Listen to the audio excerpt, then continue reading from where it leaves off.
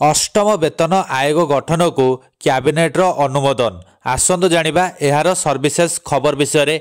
केंद्र सरकार सरकारी कर्मचारी को एक बड़ उपहार देइछंती।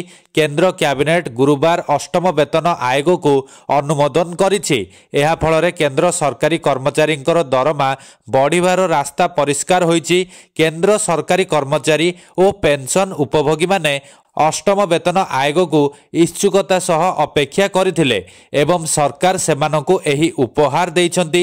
खूब शीघ्र एथिपई एक कमिटी गठन करा जाई अष्टम वेतन कमिशन गठन प्रक्रिया आरंभ हेबो। आज प्रधानमंत्री नरेंद्र मोदी अध्यक्षतार अनुष्ठित केंद्र कैबिनेट बैठक रे एही निष्पत्ति को अनुमोदन मिलिछि। एथिपई कैबिनेट सचिवों को भेटी अष्टम वेतन कमिशन गठन पई केंद्रीय कर्मचारी संगठन गुड़िक दाबी करथिले एवं एही संगठन गुड़िक अष्टम वेतन आयोग गठन पई सरकार ऊपर बारंबार चाप पकाउथिले। गत वर्षक मध्यरे अनेक थर कर्मचारी संगठन केंद्र सरकार निकट रे ए नै स्पष्टीकरण दाबी करि आसुथिले। गत बजेट पर अर्थ सचिव टीवी सोमनाथन को ए संपर्क में पचरा जिबारु से कहिथिले जे एही काम पई आम पाखरे एबे भी यथेष्ट समय अछि।